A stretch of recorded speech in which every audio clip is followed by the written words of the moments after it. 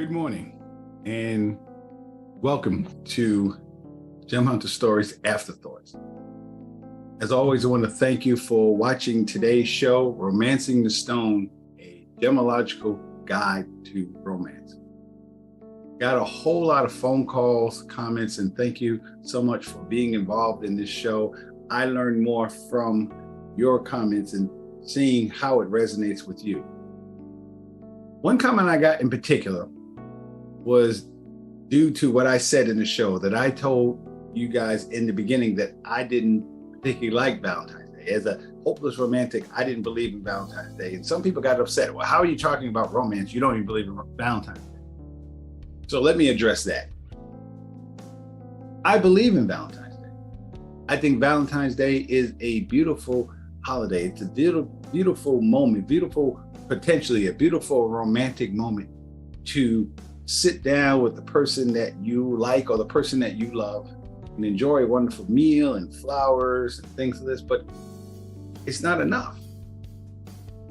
The thing I don't like about Valentine's Day as a hopeless romantic is that you mean to tell me that one day is going to show or signify or represent all the things that person means to you? You mean to tell me that a box of candy, nice box of candy, and a card, a Hallmark card that says love, it's a Hallmark card, costs money, that is the extent of your love, that one day. And ladies, you know how guys are, we take care, we do it, and we move on. So what I don't like about Valentine's Day is that it doesn't really talk about value.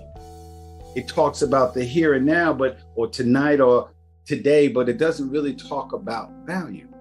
And because it doesn't talk about value, because that's not discussed, the longevity of a relationship, that's why, in my estimation, that's why 60% of the people that they interviewed, 60%, 6 out of 10 people feel that they are unhappy in their relationships. I read a report somewhere every 2 out of 10 people don't even trust their partners. And the reason for that is the concept of value is not there. The concept of understanding and appreciating who your partner is.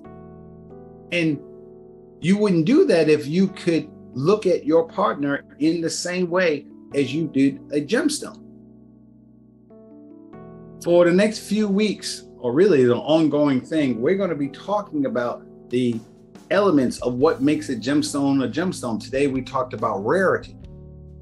And I told you that amethyst, which is the stone for this month, is basically sand with a hint of iron in it. And that's what makes that amethyst what it is. And because amethyst used to be a cardinal stone, and now because there's so much of it, it's considered semi-precious. Isn't that what we're doing in our relationships? We appreciate Valentine's Day. We appreciate that moment right then, at that day, that night, that evening, and it's romantic. But my question is, what about the other 364 days? What are we going to do about that? Because if we don't understand and appreciate value or something, then we risk, your partner or yourself risk being semi-precious. You mean to tell me that just because there's a lot of amethyst has lost its value, it's no longer considered precious? Now extrapolate that to your partner.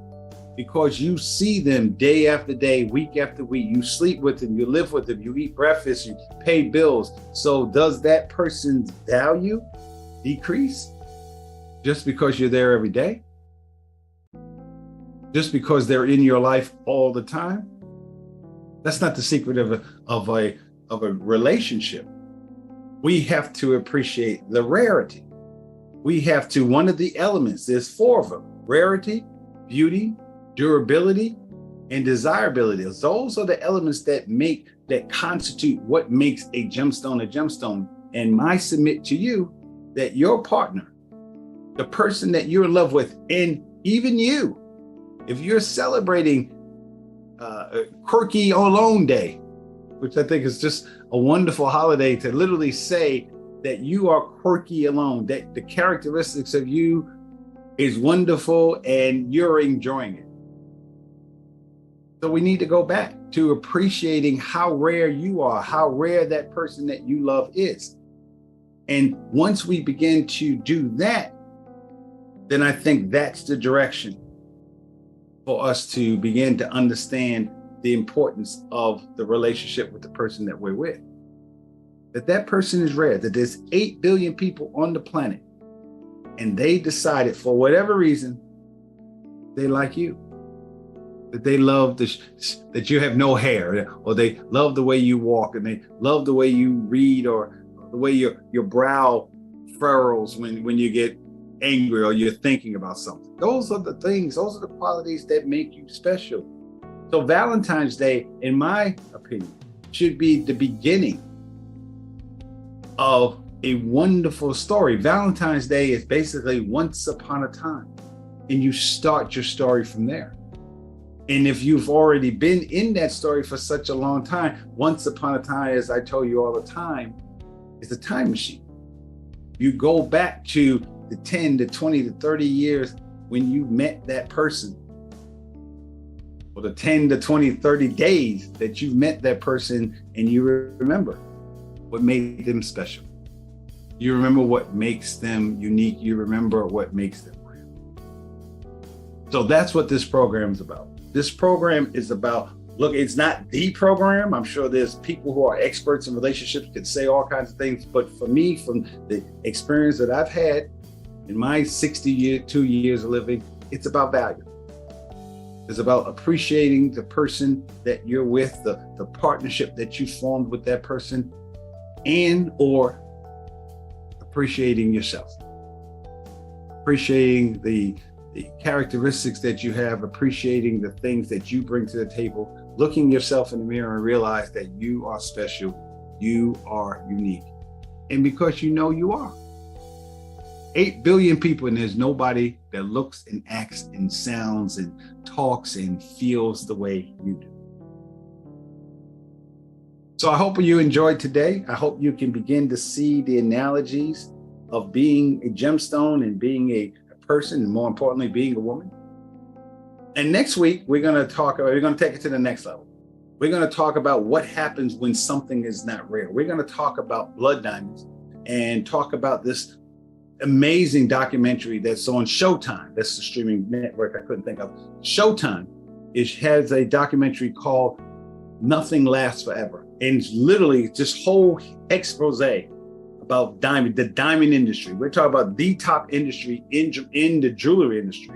Diamonds are it. The gemstones, of all the top gemstones, diamonds are it. And now on the market, there's these things called synthetic diamonds that are indistinguishable from real. So what happens?